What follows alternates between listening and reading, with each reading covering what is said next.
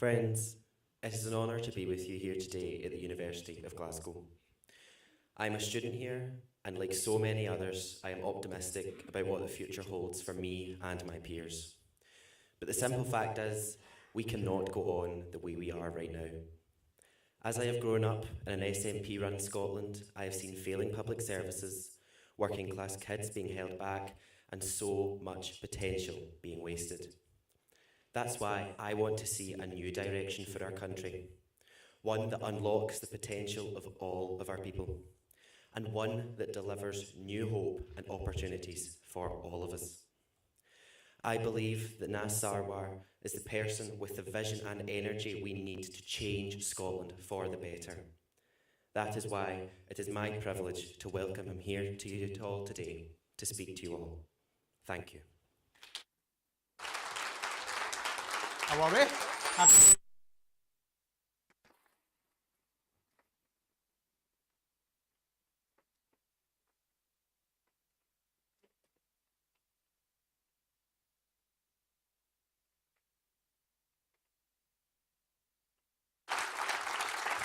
Thank you. Thank you very much, everybody. Thank you.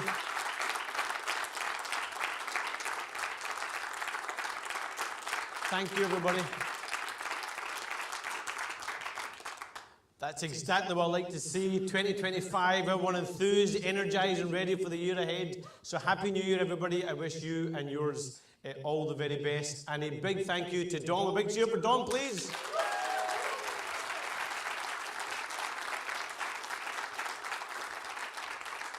Enjoy your time studying at Glasgow University. Dom, definitely the best university, I would say that as a graduate from here, and I wish you all the very best for the future as well. A bright future for young Dom. Thank you all so much for being here. I've always really wanted to give a lecture, and my kids say I give them one regularly, but it's great to be here at the University of Glasgow, and thank you all for being here. And thank you to the university for hosting us this morning. And it's wonderful to be back to a place that changed my life as a young man. It's where I trained to be a dentist so that I could serve the public. And it's where I received a world-class education, something that should be available to every young Scot. And it was from this university I was able to go straight into the NHS as a dentist in Paisley, serving and treating some of the most vulnerable in our society in an area with some of the worst dental health inequality in Europe. This city, Glasgow, and this university have been at the heart of my story. And actually, this city and this university have always been at the heart of Scotland's national story. It was here, at the University of Glasgow, where I was equipped for a career in public service. It shaped me, it drove me, and it gave me a passion for public service. And it's that duty to serve the people of our country that still drives me today. I graduated from here almost 20 years ago. I know I don't look it. A short period later, while I was working as a young dentist in our NHS, the SNP came to power in Scotland. And they came to power promising to deliver for the people of Scotland. But now, almost 2 decades later, the question facing Scots is this: is Scotland going in the right direction or the wrong direction? And I think unless you're consumed by the bubble of the Scottish establishment, you know the answer to that question. And as a new year dawns, it is clear that Scotland needs a new direction. But how do we get it? In 16 months' time, Scotland will face a choice. Do we continue with the managed decline under the SNP, or do we change direction? Do we limit the ambition of our Parliament and our government to protest, to position, to procrastinate, or do we use it to reform, renew, and deliver for the people of Scotland? You see, there was a time when our opponents said that we were negative about Scotland, that we lacked ambition for our country, and that we lacked confidence in our people, and that they were the positive ones. Well, now that position has clearly reversed. We believe that we have the talent, we have the resources, we have the powers, we have the people, but what we lack is the political will and ambition of our government. In 2026, we will change that, because Scotland's best days and years lie ahead of us, but only if we are willing to chart a new direction together.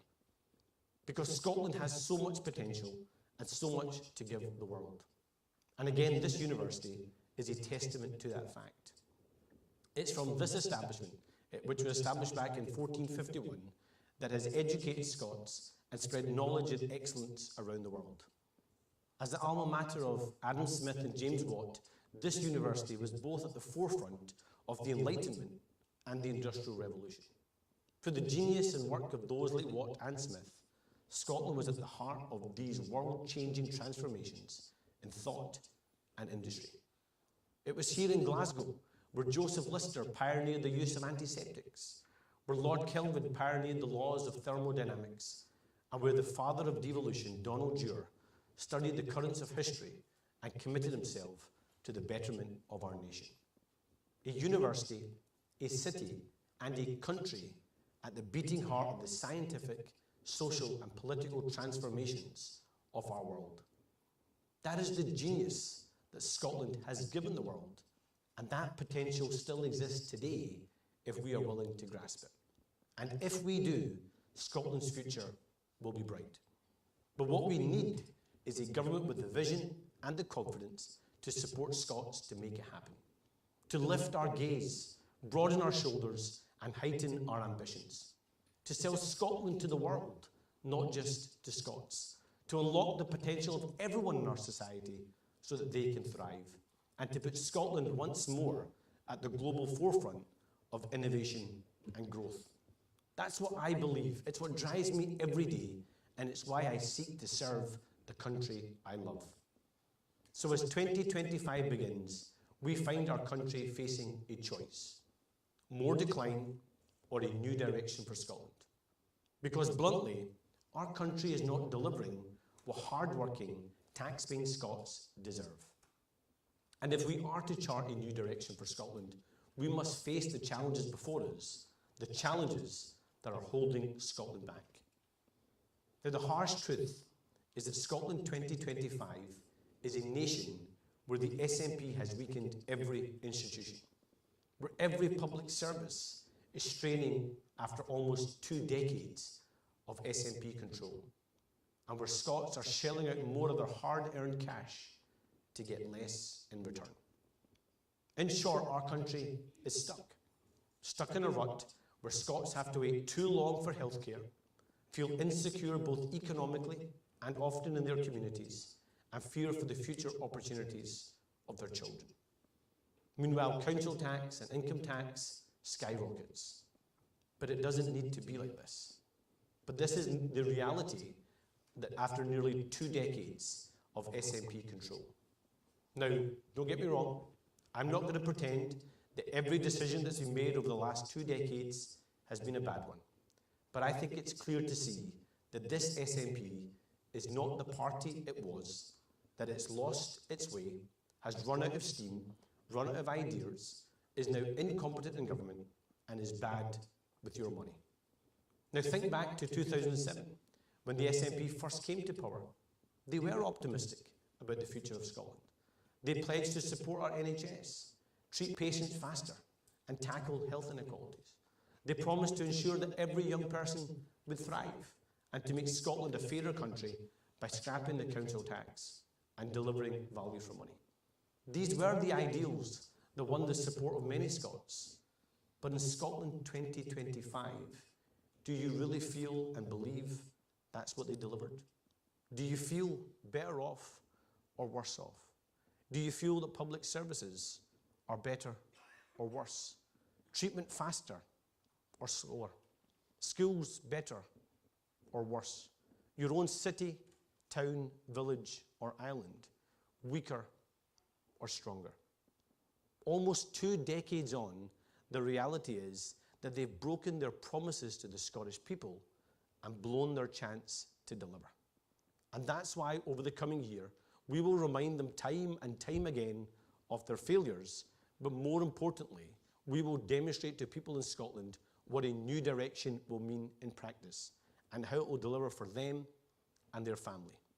In each area of responsibility for the Scottish Government, we will demonstrate the consequences of their incompetence and set out what a Scottish Labour government would do differently.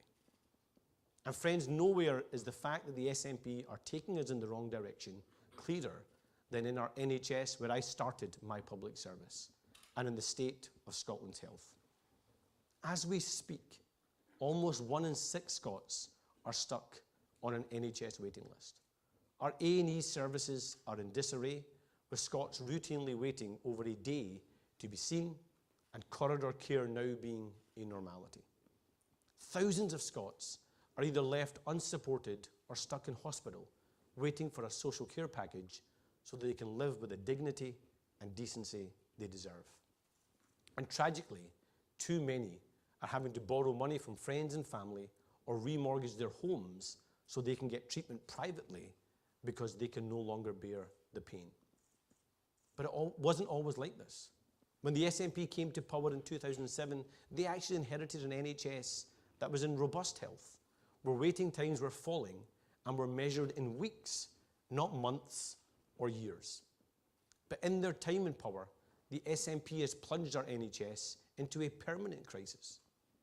In 2007, almost all patients in A&E were seen within 4 hours. Now, a third of all patients wait more than 4 hours. And shockingly, 1 in 10 Scots are waiting over half a day in A&E. On the SNP's watch, drug deaths have soared from 455 a year in 2007 to 1,172 people tragically losing their lives in 2023. Nearly a 3-fold increase. And the tragedy is that the numbers have got so stark and the failures so regular that actually the SNP become desensitized to the trauma. And they hope you have too.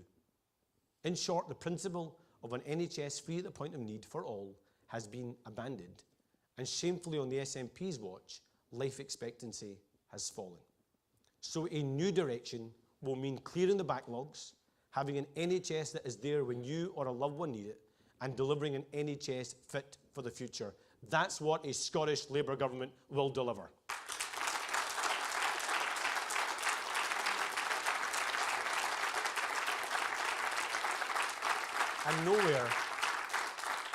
And nowhere is it clearer that John Swinney is taking us in the wrong direction than education. John Swinney has been at the heart of the SNP since I was a child at school. And he's been at the heart of the SNP government throughout. And let's not forget, he was the education secretary that attempted to downgrade the marks of working class kids during the pandemic. But what did the SNP do? Reward them with a top job. Our education system, once the envy of the entire world, is now a shadow of what it used to be. When the SNP took power in 2007, our schools were high in the international league tables. Proper workforce planning saw teacher numbers rising to meet growing demand. And the Labour government had reformed and modernised the curriculum to meet the challenges of the future. But what about now? Our schools are facing soaring levels of violence, with teachers and pupils fearing for their safety. Our education system has consistently slid down the international league tables and has been overtaken by other parts of the UK, with the SNP attempting to remove Scotland from the tables to avoid embarrassment. 1 in 3 Scots children are now regularly absent from school, as soaring numbers of pupils have assisted support needs but are going without that support. Teacher numbers have fallen by almost 2,000 compared to 2007, and despite shortages, teachers are struggling to get full-time work. Working class pupils have been held back, with too many left to go on to unemployment or underemployment, all while cuts to colleges hit hard.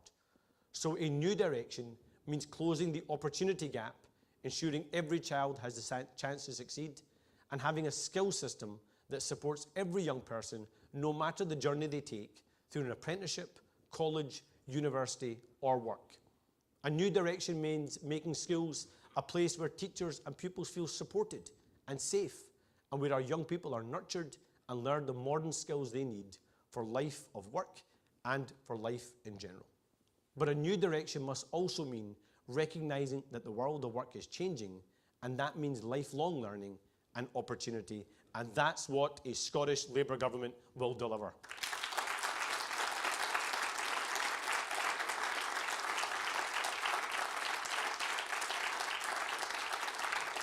Now, it's often said that the first responsibility of any government is to keep its citizens safe. That means ensuring a sense of security, but again, we're going in the wrong directions. More Scots are feeling unsafe on their own streets, in their own communities, and increasingly online too. Police numbers are declining, with morale collapsing, and many officers eyeing up early retirement.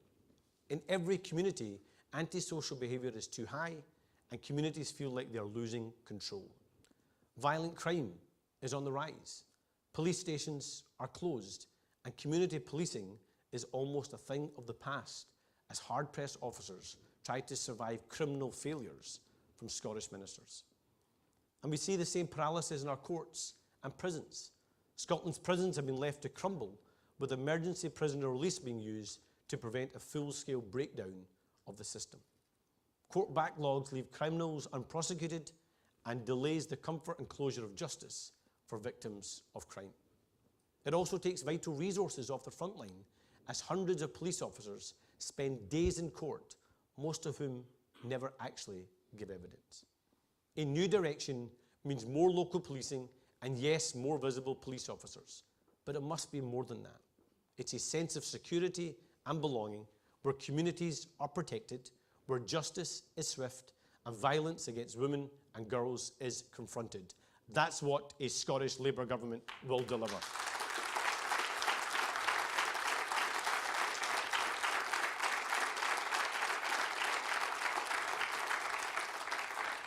And to deliver a new direction for our public services, we have to confront the failure to properly support Scotland's businesses and grow Scotland's economy. Because this changed Scottish Labour Party knows you only get to deliver social change if it's backed up with a strong, growing economy. Without a growing economy and tax base, our public service are at risk of cuts and decline. Now, between 1997 and 2007, Labour delivered over 270,000 new jobs in Scotland. But under the SNP, that strong economic legacy has been trashed. Our employment rate has now fallen below the UK average. Growth is flatlined, and businesses are struggling to make ends meet. And all of this means less money in your pocket, because at the heart of all the SNP's failure has been economic and financial incompetence. Budget after budget has failed to deliver growth and blown a £1 billion black hole in the heart of Scotland's public finances. An SNP government that has wasted in excess of £5 billion of public money on failed projects, all while failing to support small businesses with rates relief. And the price is fewer jobs, lower pay, and taxation on workers used as a substitute for economic growth.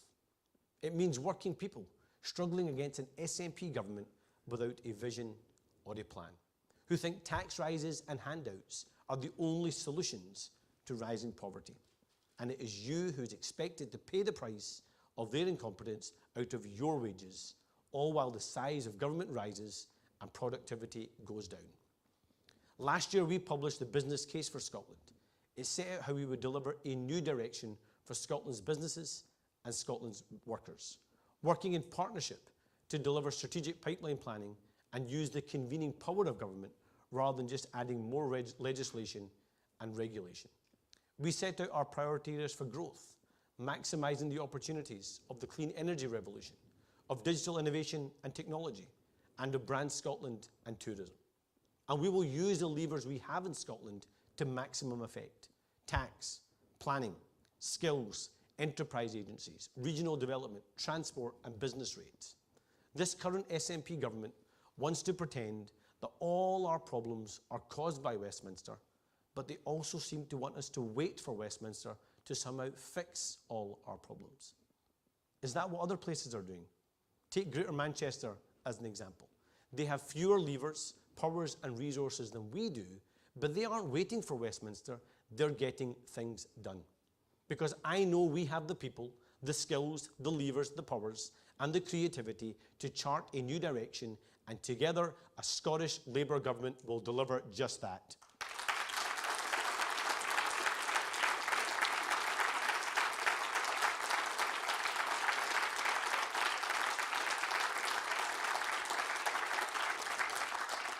Now, friends, there's one other area that has deeply connected social and economic outcomes, and that's housing. And a few examples of the human cost of SNP failure are clearer than Scotland's housing emergency. Just last year, 242 Scots lost their lives while sleeping rough on the streets of our cities and towns. This is shocking and shameful, but it's also far from inevitable. When Scottish Labour was in power, there were on average 5,000 more homes built every year compared to this SNP government. And in England, a Labour government has set an ambition to build 1.5 million homes in the next 5 years. But in Scotland, too many families have seen the dream of home ownership become just that, a dream. And at the same time, renters have been trapped between soaring rents and often worsening conditions. Most shamefully of all, we now have record levels of children in temporary accommodation without a home to call their own. That is over 10,000 children left homeless on this SNP government's watch. When working people are denied the stability of an affordable home, surely it's the clearest sign that its government is failing. And as ever when it comes to government failure, it is the most vulnerable in our society that pay the price. We have now over 1 million Scots living in poverty. There are 30,000 more children living in poverty now than when the SNP came to power in 2007. And legally binding targets set by SNP ministers look set to be missed. But poverty is not an inevitable fact of life. It is something that can be tackled and reduced. But to do so, we must properly understand what poverty is, what causes poverty, and what prevents people from rising out of it. And the fact is that poverty is caused by and maintained by practices and issues across our society, from workplaces to housing, from education to our health service. And it is the responsibility of our Parliament and this government in Scotland to tackle the root causes of poverty across all of these sectors. But this SNP government has failed to do so. You can't tackle poverty if people don't have safe and secure homes. You can't tackle poverty if children are not getting the opportunities they deserve. You can't tackle poverty if people don't get the health care they need, regardless of the background. You can't tackle poverty if communities are not safe places to live in. And you can't tackle poverty if there's not good, secure work available. But on every measure, the SNP is taking Scotland in the wrong direction. Now, they want to pretend that one single benefit or payment has the answer. But the uncomfortable fact is that we can't end poverty with welfare alone. To end poverty, we need to get our economy moving, our public services working, and create more decent, well-paid jobs. So where are we after nearly 2 decades of SNP government? A country where no one can rely on our public services, where trust in our institutions has been eroded, and where drift, delay, and decay has become the accepted norm. A government lost without a vision for the future, unsure of itself, and with no story to tell. No new ideas, no innovation, no leadership, just the same old approach again and again, expecting a different and better result. Just the same managed decline with the wrong priorities and no plan for change and reform. Responsibility, accountability, and transparency, not words common to this SNP government. Instead, what has the SNP spent the last 2 decades doing is creating a labyrinth of quangos, creating job after job in managerial roles, but failing to improve the services that Scots use, obscuring government failure behind a smokescreen of red tape and bureaucracy. You know, as it stands today, Scotland is home to no fewer than 131 government quangos. We now have more quangos than MSPs and more bureaucracy than ever before. Between 1999 and today, the number of staff in public bodies and corporations has more than doubled to 32,100. £6.6 billion is being spent on these bodies every year, and millions is being spent on board members. But the fact is the outcomes have got worse for Scots. As the number of new quangos and institutions have soared, the standard of public services have fallen again and again. In short, a Scotland where the people of Scotland pay more and get less to serve the ever-expanding machinery of government. And the truth is that the ever-growing number of public bodies doesn't just divert resources and time away from where it's needed, it also provides an incompetent government with the smokescreen it needs to hide its failures. There's always someone else to blame. There's always another target that can be moved, a working group that can be assembled, or a self-serving whitewash report that can be drawn up, all to shield those in power from the consequences of their failure to do the most basic parts of their jobs. They fail, but you pay the price. Government to serve government. Public money to protect ministers. But it doesn't have to be this way. Scots don't have to pay even more for poorer public services. Government doesn't have to be a smokescreen designed to create jobs for the boys and take responsibility away from ministers. The truth is, things can get better. We don't have to tolerate institutionalized, managed decline. Our ambitions can rise higher than a government that sees an ever-expanding government and a soaring social security budget as a badge of honour and not an admission of government failure and corporate failure too. But to do that, we need new leadership. We need a government that doesn't pass the buck, that doesn't hide its failures behind others, or worse still, try to convince the country that is paying the price of that failure that there are no failures at all. And that's why I'm stating clearly today that a Scottish Labour government would deliver an overhaul of the culture that has dominated the Scottish government. We would end the quango culture, end the culture of jobs for the boys on new public bodies rather than reforming our public services. We'll end the bureaucratic culture that is holding our country back. In our NHS, we would cut the red tape and reduce the number of health boards while empowering clinicians. And we would streamline the vast numbers of economic agencies so the public gets value for money and businesses get the support they need. In short, as First Minister, I would be clear. The buck would stop with me. The responsibility to deliver functioning and high-quality public services would rest solely with me and my ministers. No more hiding behind bureaucrats and working groups and talking shops. A Scottish government that's in the service of the people of Scotland, running public services for the people of Scotland.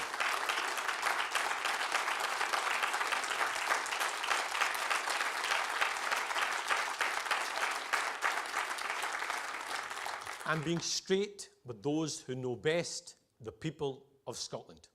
A government in the service of the people again, focused on improving lives and services first and foremost.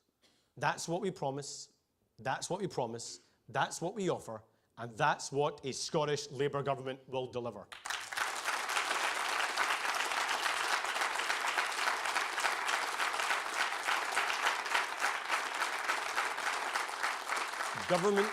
Government on the side of the people, all of Scotland's people. That's why we need to chart a new direction for our country.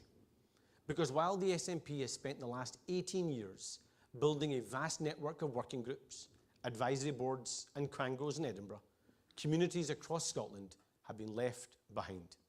As more and more jobs were created in government buildings, Scotland's rural and island communities faced a decimation of their local services. And I've heard directly of the struggles to deliver necessary healthcare in rural, coastal and island communities. I've met with communities who are being left behind in the progress towards modern telecommunications. And I met hundreds of Scots facing a ferry scandal that has separated families, destroyed businesses, and left the islands behind. Just think for a second. If that was the train line between Glasgow and Edinburgh, and not the ferry between Stornoway and Ullapool, it would have been fixed within weeks, not people left to wait for years. That's the kind of government we will change if we elect a Scottish Labour government. And while Scotland's rural communities have been left behind, our urban communities have paid the price of government incompetence. Our high streets have been gutted by a government that has starved our councils of funding and that has made doing business difficult for high street stores. Just think about how our cities once thrived. Here in my hometown of Glasgow, the decay and decline is clear for all to see. Our streets are full of empty and shuttered shops, and investment and resources have passed the city by, going to places such as Greater Manchester and London. A great city of amazing potential being held back by a disinterested SNP government and a clueless SNP council. But from Glasgow to Stornoway to Peebles to Lerwick, Scottish communities have been left behind and forgotten. But we cannot have meaningful change for our country if the concerns and experiences of all our country, our whole nation, are listened to. And that's why between now and the Scottish election, I will continue to take our message of change to every corner of our country, shaped by the hope and aspirations of the people. Whether that be the restaurant owner in Stornoway, who is desperate to an end to the ferry chaos so he can get more customers, or the business owner in the Borders, who's being held back by a rate system that unfairly backs online retail giants, or the nurses in Lanarkshire who know firsthand the pressures facing the NHS and what needs to be done to save it, or to the energy worker in the North East who sees all the potential around him but wants to see it realised. These are the ideas, the experiences and the hopes that will set Scotland in a new direction. A vision to deliver for every part of our country and a plan to improve lives for all. That's what a Scottish Labour government offers. So in 2025, with the watchwords that have guided my leadership, hard work, humility and hope, I will seek to persuade you that a different future and a new direction is possible. A new direction for the NHS, where we cut waiting lists, make sure the NHS is there when you need it, and that it's fit for the future. A new direction for our economy, where it grows, we support our businesses, revitalise our high streets, and deliver better paid jobs. A new direction for our young people, where we close the opportunity gap and give them all the chance to flourish. A new direction for our communities, with more police on the streets and where you feel safe. And a new direction for our democracy, where we push power and resources out and serve you, the people. A Scotland that serves not the government, but a government that serves the people. And where as First Minister, you, the people, come first and the buck stops with me. New hope, new thinking, new solutions, a new direction for Scotland. That's the future we will win together. Thank you.